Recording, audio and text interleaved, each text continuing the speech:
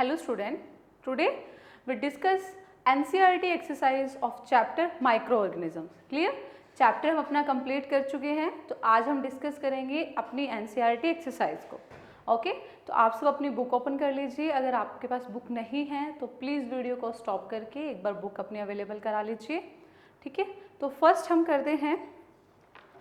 First question है आपका fill in the blanks. Okay, microorganism can be seen with the help of dash. हमने अपने first lecture में study किया था कि माइक्रोऑर्गेनिजम्स क्या होते हैं. ऐसे टाइनी ऑर्गेनिजम्स जो हम अपनी नेक्ड आइज से नहीं देख सकते, जिनको किसकी हेल्प से देख सकते हैं, माइक्रोस्कोप या फिर मैग्नीफाइड ग्लास की हेल्प से. Okay, then first answer is microscope. You can write in your book. साथ में अपनी बुक में राइट डाउन करते जाइए. अगर पहले से राइट डाउन है तो मैच कर लीजिए. Next, blue green algae fix dash directly from air to enhance fertility of soil. कल ही हमने अपने लेक्चर में डिस्कस किया था कि जो हमारे प्लांट्स हैं वो डायरेक्टली नाइट्रोजन का यूज़ नहीं करते हैं. ओके, तो किसका यूज़ करते हैं, क्या होते हैं, या तो उनके पास बैक्टीरिया होंगे, नाइट्रोजन फिक्सिंग बैक्टीरिया, या फिर क्या होगा, ब्लू ग्रीन एल्गी. तो वो क्या करते हैं, fix dash directly from air to enhance fertility of soil. Enhance का मतलब इंक्रीज करना. तो वो क्या करेंगे, एटमॉस्फेरिक नाइट्रोजन को डायरेक्टली कन्वर्ट करेंगे. Okay, then second answer is atmospheric nitrogen. Third, alcohol is produced with the help of dash. हमने स्टडी किया था जब माइक्रो ऑर्गेनिजम्स के यूजफुलनेस की थी, बेनिफिट्स किए थे, क्या क्या थे, तो हमने वहाँ पे स्टडी किया था कि अल्कोहल बनाने में यूज़ होता है. ठीक है, और उस प्रोसेस को क्या बोलते हैं, फर्मेंटेशन. ओके, यहाँ पे पूछा गया है alcohol is produced with the help of dash, तो आपका आंसर आएगा yeast. Okay, then third answer is yeast. Fourth, cholera is caused by dash. हमने डिसीज स्टडी की थी, टेबल की थी, जिसमें हमने बैक्टीरिया वाली डिसीज़ की थी, वायरस वाली की थी, प्रोटोजोआ वाली की थी. तो रिमाइंड करो, कोलेरा था. Cholera is caused by bacteria. Okay, now second is tick the correct answer. आपके एमसीक्यूज हैं. Yeast is used in the production of dash. अभी फिल इन द ब्लैंक्स जो हमारा था सी, हमने वहाँ पे यूज़ किया था. ठीक है, तो ऑप्शन स्टडी करते हैं. First is sugar, second alcohol, third hydrochloric acid and fourth is oxygen. Okay, तो आपको आंसर पता है. यस, आपका आंसर बिल्कुल राइट है. It's second alcohol. ओके, तो यीस्ट किसकी प्रोडक्शन में हेल्प करता है, अल्कोहल की. B part, the following is an antibiotic. Sodium bicarbonate, ये नहीं होता. अल्कोहल नहीं है. स्ट्रेप्टोमाइसिन, कुछ याद आया, एंटीबायोटिक्स वाली मेडिसिन में हमने एग्जाम्पल किए थे, स्ट्रेप्टोमाइसिन, टेट्रासाइक्लिन, रिथ्रोमाइसिन, ये सब क्या हैं आपके antibiotics. Carrier of malaria causing protozoa is dash. हमने बात की थी, दो हमने याद किया था कैरियर के लिए. तो देखिए आपका है first option female Anopheles mosquito, cockroach, butterfly और हाउस फ्लाई. तो हमें पता था प्रोटोजोआ वाली दो थी, जो फीमेल एड्स मॉस्किटो था और फीमेल एनोफोलस था. तो एड्स से क्या होता है, डेंगू, और एनोफोलस से क्या था, मलेरिया. तो आपका आंसर हो गया. The most common carrier of communicable disease is. सबसे ज़्यादा जो कम्युनिकेबल डिसीज स्प्रेड करता है वो क्या है, ant, house fly, dragon fly या फिर स्पाइडर. तो आपको पता है हमने 3 लर्न किए थे अपने कैरियर्स में, हाउस फ्लाई, फीमेल एड्स और फीमेल एनोफोलस. तो आपका आंसर क्या है, house fly. Now E part, the bread और idli dough rises because of. हमने पढ़ा था कि जो ब्रेड बनाने में यूज़ होते हैं, ठीक है, वहाँ पे माइक्रोऑर्गेनिज्म यूज़ हो रहे हैं. ओके, तो ब्रेड और इडली डो जो राइज करता है, राइज का मतलब आपने देखा है ब्रेड क्या होता है, नीचे एक फोम सा होता है, तो वो क्या होता है, फ्लफ हो जाता है थोड़ा सा. ठीक है, तो वो कैसे राइज करता है, हीट की वजह से, ग्राइंडिंग करने की वजह से, या फिर ग्रोथ ऑफ यीस्ट सेल, या फिर नीडिंग. नीडिंग का मतलब गूंथने की वजह से नहीं, वो होता है growth of yeast cell, yeast की वजह से.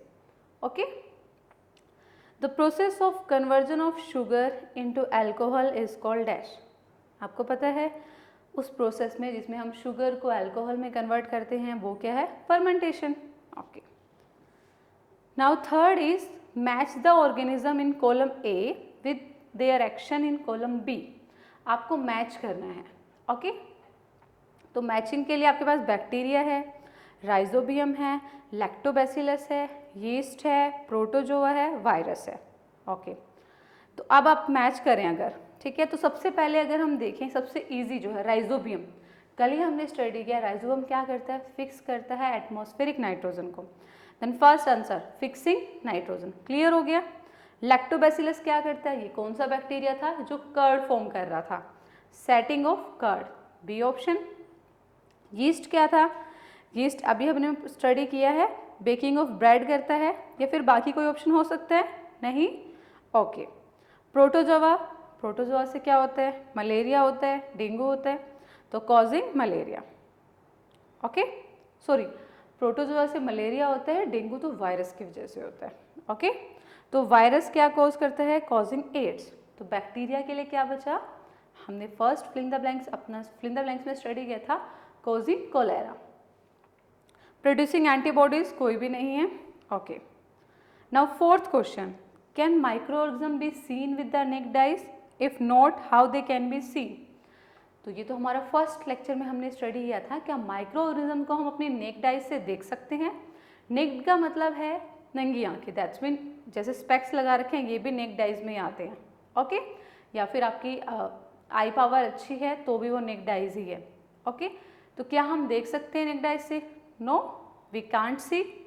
Okay, if not how they can be seen, अगर नहीं देख सकते तो कैसे देख सकते हैं, they can be seen with the help of magnifying glass और microscope. What are the major group of micro organisms. तो माइक्रो ऑर्गेनिजम्स के कौन से मेजर ग्रुप हैं, ने 4 स्टडी किए थे, बैक्टीरिया, फंगी, फंगई बोल सकते हो आप, protozoa and algae. Okay, name the micro organism which can fix atmospheric nitrogen in the soil.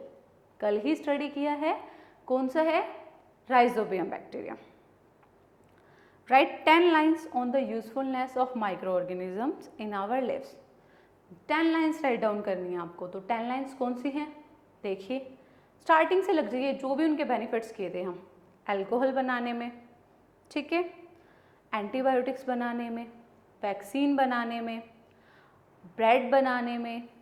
Okay, और क्या क्या थे हमारे, सोचिए सारे यूजेस करने हैं आपको, ब्रेड बनाने में, वैक्सीन बनाने में, ये सब तो हो गया। हाँ, फिक्स करने में एटमॉस्फेरिक नाइट्रोजन को, एनवायरनमेंट को क्लीन करने में, क्लियर। तो जो भी हमारे पॉइंट्स थे, कर्ड बनाने में, तो जो भी आपने स्टडी की इस चैप्टर में सारी यूजफुलनेस वो आपको मिक्स करके 10 लाइन्स में राइट डाउन करनी है। Okay, right short paragraph on the harms caused by micro organisms. अब उनके हार्मफुल इफेक्ट लिखने हैं। आपको पता है माइक्रो ऑर्गेनिज्म क्या करते हैं, फूड पॉइजनिंग, तो वो राइट डाउन कर देना है 2-3 लाइन्स फूड पॉइजनिंग के लिए, कि फूड पॉइजनिंग करते हैं जिनसे हमारी सीरियस इलनेस हो सकती है या फिर डेथ हो सकती है। ओके, उसके बाद बहुत सारी डिसीज़ थी, बैक्टीरियल डिसीज़, वायरस की डिसीज़ थी हमारी, प्रोटोजोआ वाली थी, एनिमल्स की डिसीज़ थी, प्लांट्स की डिसीज़ थी। तो वो सब मिक्स कर देना है आपको, सारे जो भी आपके माइंड में आए आप कंप्लीटली सारी डिसीज़ आपको राइट डाउन करनी है। Okay, now last question is what are antibiotics, what precaution must be taken while taking antibiotics. Antibiotics क्या हैं और क्या हमें मेडिसिन्स मतलब क्या प्रिकॉशंस लेनी चाहिए, क्या सावधानी हमें रखनी चाहिए जब हम एंटीबायोटिक्स को लेते हैं। तो आपको पता है एंटीबायोटिक्स क्या है, एक ऐसी माइक्रो ऑर्गेनिज्म वाली क्या है, मेडिसिन है जो किल करती हैं या फिर स्टॉप करती हैं growth of harmful micro organisms. उसके बाद आपको एग्जाम्पल राइट डाउन करने हैं। प्रिकॉशंस क्या क्या हैं, पहली प्रिकॉशन कि हमेशा डॉक्टर की एडवाइस से लेनी चाहिए, we should take antibiotics according to the advice of doctor. Okay, दूसरी बात, जब नीड है तभी लेनी चाहिए, ऐसे नहीं सिर्फ आप लेते जा रहे हो तो कुछ टाइम बाद आपकी बॉडी पे उसका इफेक्ट कम हो जाता है। ओके, तो जब नीडेड है तब लेनी चाहिए आपको। ओके, अब आपको ये सारे आंसर्स जो भी हमने डिस्कस किए वो PDF के फॉर्म में आपके पास अवेलेबल हैं। अगर आपको कोई प्रॉब्लम है तो आप कमेंट सेक्शन में पूछ सकते हैं प्रॉब्लम, आई होप आपको क्लियर होगा अगर आपने सारे लेक्चर कंटिन्यू देखे हैं। ठीक है, बिल्कुल सिंपल सी एक्सरसाइज थी आपकी एनसीईआरटी एक्सरसाइज जो आपकी हो चुकी है। ओके बेटा, मेन चीज़ें वही हैं आपकी जो छोटी छोटी डेफिनेशंस हमने की थी। ठीक है, उसके बाद बेनिफिट्स क्या हैं, यूज़फुलनेस क्या थी और हार्मफुलनेस क्या थी आपकी एंड इनकी माइक्रो ऑर्गेनिजम्स की।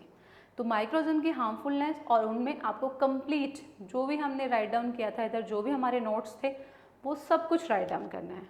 आप इतने कैपेबल हैं कि आप अपनी लैंग्वेज में राइट डाउन कर सकते हैं। आपको डायरेक्टली क्रैम करने की ज़रूरत नहीं है कि जो मैंने आंसर्स आपको दिए हैं आप वही एज इट इज़ लर्न कर रहे हो। नो, अपने अकॉर्डिंग करना है, आपको सिर्फ समझना है इधर। Okay, clear? If you have any problem, any query, then you can ask me. Thank you.